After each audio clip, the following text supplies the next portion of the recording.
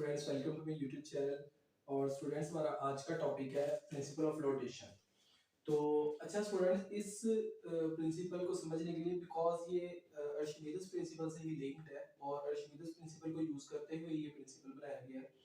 तो इस प्रिंसिपल को समझने के लिए ना आपको अर्शिमीदेस प्रिंसिपल का आना बहुत जरूरी है।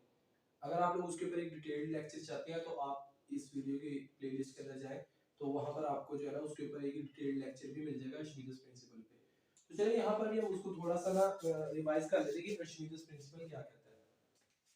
अर्शिमीदेस प्रिंसिपल ने ये बात कही थी कि लेट्स से हमारे पास कोई भी फ्लूइड है, ठीक है, और उस फ्लूइड के अंदर हमने कोई भी ऑब्जेक्ट को इमर्स किया है, उसको फ्लूइड के अंदर डुबोया है, ठीक है। अब वो कहता है कि वो चाहे हमने पार्शियली इमर्स किया चाहे कंप्लीटली इमर्स किया, तो क्या होगा कि उसके ऊपर एक अपथ्रस्ट फोर्स लगेगी, और वो जो अपथ्रस्ट उसके ऊपर फोर्स लगेगी वो किसके बराबर होगी।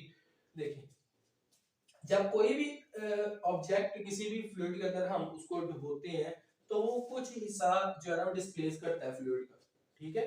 जैसे लेट्स से यहाँ पे वाटर लेवल थोड़ा सा राइज कर जाएगा, तो इसका मतलब कि जो इतना हिस्सा है इसने डिस्प्लेस कर दिया है। अब वो जो फ्लूइड उसने डिस्प्लेस किया है ना, उस फ्लूइड के वेट के बराबर इसके ऊपर अपथ्रस्ट लगेगी। जैसे सपोज दैट कि इसने 10 न्यूटन जो है वो फ्लूइड डिस्प्लेस कर दिया था, ठीक है। तो जो इसके ऊपर लगने वाली अपथ्रस्ट है वो क्या होगी, 10 न्यूटन। तो मैं यहाँ पे अगेन अपनी बात को रिवाइज कर देता हूँ कि एक ऑब्जेक्ट जो है जब हम उसको किसी भी फ्लूइड के अंदर इमर्स करते हैं, चाहे कंप्लीटली इमर्स करें चाहे उसको पार्शियली इमर्स करें, उसके ऊपर एक अपथ्रस्ट एक्ट करती है और वो अपथ्रस्ट बराबर होगी उसने जो फ्लूइड डिस्प्लेस किया है उसके वेट के बराबर, ठीक है। तो अब यहाँ पर नेक्स्ट हम बात करते हैं प्रिंसिपल ऑफ फ्लोटेशन, ठीक है। फ्लोटेशन मतलब तैरना, इसका मतलब कोई भी ऑब्जेक्ट है वो कब तैरेगा, ठीक है। तो इसके लिए ना मैं सिंपल सा कॉन्सेप्ट आपके सामने पेश करता हूं। देखिए,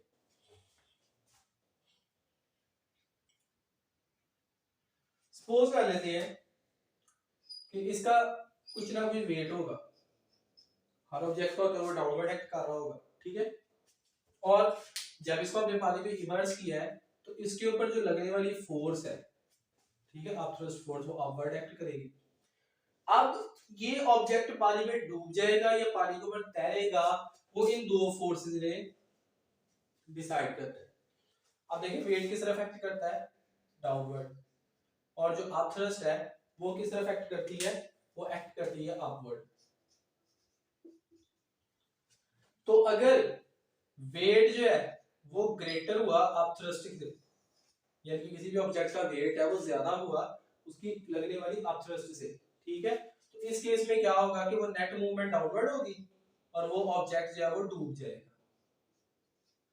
इसी तरह एक और हम बात कर लेते हैं कि अगर अपथ्रस्ट ग्रेटर हुई वेट से, इसका मतलब जो डाउनवर्ड मूवमेंट है वो नहीं होगी, ठीक है, क्योंकि जो वेट है वो स्मॉल है, अपथ्रस्ट ज्यादा है, ठीक है। या एक और सिचुएशन ले लेते हैं कि दोनों बराबर हो जाएंगे, क्लियर है। तो इन दोनों केसेस के अंदर क्या होगा कि जो ऑब्जेक्ट है वो फ्लोट करना शुरू कर देगा, ठीक है। अच्छा, अब यहाँ पर ना एक क्वेश्चन और राइज होता है, वो क्वेश्चन क्या है कि चले जब वेट और अपथ्रस्ट बराबर होंगे, जैसे लेट्स से कि इस ऑब्जेक्ट के ऊपर लगने वाला वेट भी 10 न्यूटन था और अपथ्रस्ट भी 10 न्यूटन है, सपोज कर लेते हैं, ठीक है। तो ये ऑब्जेक्ट पानी में डूबेगा नहीं बल्कि यहाँ पर ही रहेगा, क्योंकि जो इसके ऊपर नेट फोर्स है वो 0 हो गई, ठीक है। लेकिन अगर इसका वेट जो है वो फर्ज कर लेंगे 15 न्यूटन है और जो अपथ्रस्ट है वो 10 न्यूटन है, तो ये क्या करेंगे, 5 न्यूटन फोर्स के साथ नीचे जाना शुरू हो जाएगा, ठीक है। उसके बाद अब नेक्स्ट हम बात डिस्कस करते हैं कि चले ये जो बराबर है ये वाली बात भी समझ आ गई, और अगर अपथ्रस्ट कम होगी तो वो ऑब्जेक्ट डूब जाएगा, वो वाली बात भी समझ आ गई। ये क्या मतलब की बात है कि अगर अपथ्रस्ट ज्यादा होगी तो क्या उसके ऊपर ऊपर की तरफ मूवमेंट होनी शुरू हो जाएगी। तो देखिए, ऐसा पॉसिबल नहीं है, ठीक है, क्योंकि कोई भी ऑब्जेक्ट जो है वो हवा में इस तरह ऊपर को नहीं जा सकता। तो उस केस में होता क्या है, देखिए, जब किसी भी ऑब्जेक्ट, मतलब कि आप देख रहे हो उसका वॉल्यूम सपोज है बहुत ज्यादा है, उसने जो फ्लूइड डिस्प्लेस करना है वो बहुत ज्यादा, इसकी बेस्ट एग्जांपल हमारे पास शिप्स है, मैंने दो डायग्राम्स बनाई है। तो फर्ज करें कि जो शिप है ना, इसने जो लिक्विड डिस्प्लेस करना है वो इसके वेट से कहीं ज्यादा है, ठीक है। तो इसका मतलब कि जब इसको हम कंप्लीटली पानी के अंदर इमर्स करेंगे तो जो इसके ऊपर अपथ्रस्ट लगेगी वो इसके वेट से काफी ज्यादा होगी। तो इस केस में होता क्या है, इस केस में वो ऑब्जेक्ट जो है वो कंप्लीटली इमर्स होता ही नहीं है, बल्कि पार्शियली इमर्स हो जाता है। इतना इमर्स हो जाता है कि उसकी जो अपथ्रस्ट है वो उसके वेट के बराबर आ जाए। ठीक है, जैसे देखें यहां पर इसका वेट जो है वो डाउनवर्ड एक्ट कर रहा था, और ये मैंने एक शिप बनाया है जिसके अंदर हमने सामान को अभी लोड नहीं किया, इसका वेट जो है वो डाउनवर्ड एक्ट कर रहा था और अपथ्रस्ट जो है वो अपवर्ड एक्ट कर रही थी। ठीक है, तो ये सिर्फ उसका उतना ही पोर्शन, ये आप देख सकते हैं कि सिर्फ उसका उतना ही पोर्शन पानी के अंदर क्या है कि इसकी वेट जो, इसका जो वेट है वो इसकी अपथ्रस्ट के बराबर आ जाए।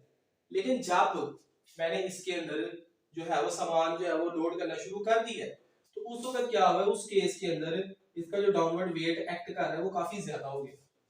अब वेट काफी ज्यादा होने की वजह से अगर इसने फ्लोट करना है तो उसके ऊपर अपथ्रस्ट भी काफी ज्यादा होनी थी।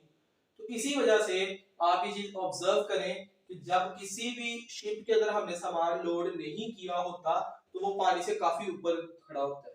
ठीक है, उसका बहुत कम हिस्सा पानी के अंदर इमर्स हुआ होता है। लेकिन जब उसके अंदर हम सामान लोड कर देते हैं तो उसकी वजह से क्या होता है कि उसका काफी ज्यादा पोर्शन जो है वो पानी के अंदर इमर्स हो जाता है, डूब जाता है। उसकी वजह क्या है, उसका वेट काफी ज्यादा हो जाता है और अपथ्रस्ट बराबर करने के लिए उसको उस हिसाब से लिक्विड को डिस्प्लेस करना पड़ता है। बट इस रिलेशन को जब तक वो मेंटेन रख पाएगा तब तक, अगर हम इसके अंदर इतना ज्यादा सामान लोड कर दें कि इसका वेट जो है इसकी मैक्सिमम अपथ्रस्ट से भी ज्यादा हो जाए तो ये पानी में डूब जाएगा। तो जब तक, ये मेन चीज इसके ऊपर आपने फोकस करना है कि जब तक वो इस रिलेशन को कायम रखे हुए है तब तक ये फ्लोट करेगा। तो यही वो कहता है कि प्रिंसिपल ऑफ फ्लोटेशन। आप इन कॉन्सेप्ट्स को मद्देनजर रखते हुए आप जरा स्टेटमेंट पे आए। तो वो कहता है कि ए फ्लोटिंग ऑब्जेक्ट, यानी कि वो वाला ऑब्जेक्ट जो कि फ्लोट कर रहा है, डिस्प्लेसेस द फ्लूइड, वो उतना ही फ्लूइड डिस्प्लेस करेगा कितना, हैविंग वेट, जिसका मतलब है weight equal to the weight of the object, कि उसका वेट मतलब जितना उसका अपना वेट होगा ना उतने ही वेट का फ्लूइड को डिस्प्लेस करेगा, ताकि ये वाला रिलेशन कायम रहे कि जितना उसका वेट है उतनी ही उसके ऊपर अपथ्रस्ट लगे। क्योंकि आपको पता है कि अपथ्रस्ट उसके बराबर होती है जितना उसने फ्लूइड डिस्प्लेस किया उसके वेट के बराबर होती है। तो वो फ्लूइड डिस्प्लेस ही उतना करेगा कि उसका वेट जो फ्लूइड उसने डिस्प्लेस किया है उसके अपने वेट के बराबर हो जाए। ठीक है, तो जब तक इस रिलेशन को वो कायम रखेगा तब तक वो फ्लोट करेगा, और जब इस रिलेशन को कायम नहीं रख पाएगा तो वो डूब जाएगा। तो इसको उसने एक्सप्लेनेशन के अंदर भी थोड़ा सा बताया हुआ है। तो वही वाली जो मैंने आपको सारे कॉन्सेप्ट समझाए हैं ना, इनको मद्देनजर रखते हुए आपने इसे देख लिया। वो कह रहा है कि एक ऑब्जेक्ट जो है वो डूब जाता है, sinks if its weight is greater than the upthrust, कि जितनी उसके ऊपर अपथ्रस्ट एक्ट कर सकती है उसका वेट अगर उससे ज्यादा होगा तो वो डूब जाएगा। उसके बाद नेक्स्ट में बात करता है कि एक ऑब्जेक्ट फ्लोट करता है, तैरना शुरू हो जाता है, अगर उसका जो वेट मतलब कि जो उसका वेट है वो या तो बराबर हो या लगने वाली अपथ्रस्ट से कम हो। ठीक है, दोनों केसेस में जो है वो ऑब्जेक्ट फ्लोट करता है।